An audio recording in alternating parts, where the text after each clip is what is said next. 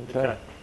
The next category we're going to do is impacting tools. So we've got a mallet, a Warrington hammer, and a claw hammer. Okay. First thing you do when you're using one of those tools is you give it a quick inspection. As you can see, the end of this hammer here is split, the handle, so it might be a good idea to use that. So splits and splinters on the end. You make sure the head's still tight, and you inspect the face. So that's for a timber mallet. When you use a timber mallet, it's always used for timber on timber. So most of the time mallets are used in this workshop is for hitting timber-ended chisels so that you don't damage the end of the timber chisel. So that's the mallet. Obviously some risks with this are chips might fly off, so you always wear your glasses when you're using it.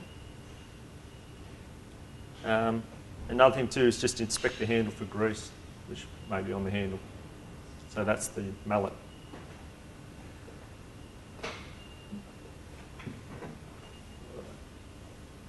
The next impacting tool is a Warrington hammer.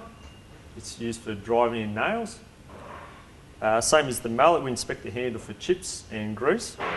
We make sure the head's still tight. And another thing we do is we look at the face of the hammer. If the face of the hammer is dirty, when you actually hit a nail, they actually bend it over and it'll slip. Okay. So to clean the face of a hammer, what you do is you take a piece of emery paper, sit it on the bench, and gently come through. Okay, as you can see the little shiny parts starting to come there, that means it's clean. So you keep going with the emery paper till it's all clean. You'll find that when you're driving the nail, you actually get a nice clean hit. If it's dirty, you'll hit it and the hammer will actually slip off, and that's the reason most of the time you bend the nail over. It's the dirty face of a hammer. Okay. The other end of a Warrington hammer here is the smaller end, and that's used for starting small nails. So you actually turn it over that way. It's used for starting really tiny little grabs. Okay, so that's the Warrington hammer. This is the claw hammer. Similar to the Warrington hammer, the main difference is this end here is shaped like a claw, and that's used for pulling nails out of a piece of timber. Usually you'll use this for bigger nails compared to a smaller Warrington hammer. So that's the claw hammer. Same again, make sure the face is clean and the handle's tight and there's no splits. Alright, as we mentioned before, I've cleaned the face of this Warrington hammer so that my nails won't slip off when I hit my nails.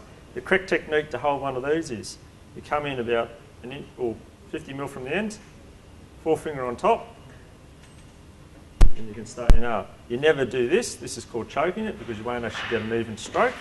So you want your hand back there and finger on top.